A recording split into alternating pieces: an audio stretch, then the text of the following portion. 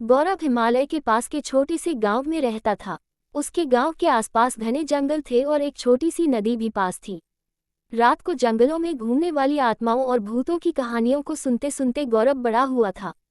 एक दिन गौरव के दोस्तों ने उसे गांव की सीमा के बाहर एक पुराने सुनसान घर पर जाने के लिए उकसाया। उनके दोस्तों ने कहा कि उस घर में कई साल पहले मौत हो गई एक महिला की भूत घूमती है।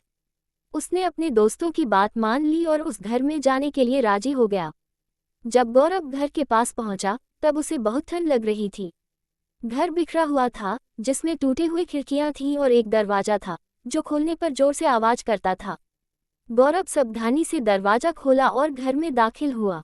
घर के अंदर का माहौल बाहर के जैसा भयानक था। छत से जाले लटक रहे थे और हर कदम पर कुछ न कुछ सामान बिखरा पड़ा था। अचानक गौरव को ऊपर एक आवाज सुनाई दी। उसे लगा कि आसपास कोई चल रहा है। गौरव हिम्मत करके ऊपर गया और देखा लंबी बाल वाली एक औरत सफेद साड़ी में उसकी तरफ आ रही है।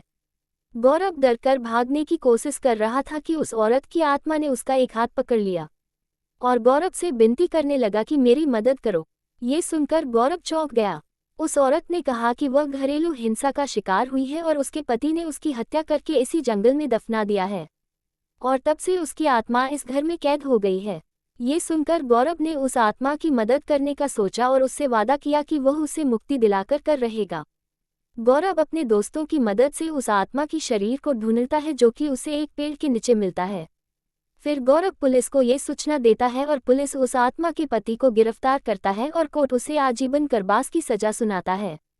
गौरव एक पंडित को लेकर उस घर में जाता है और पूजा पाठ करवाता है। इससे उस आत्मा को उस घर से मुक्ति मिल जाती है और वह गौरव का धन्यवाद करती है। गांव वाले सभी गौरव के इस कारनामे से प्रसन्न होते हैं और उसे इनाम देते हैं।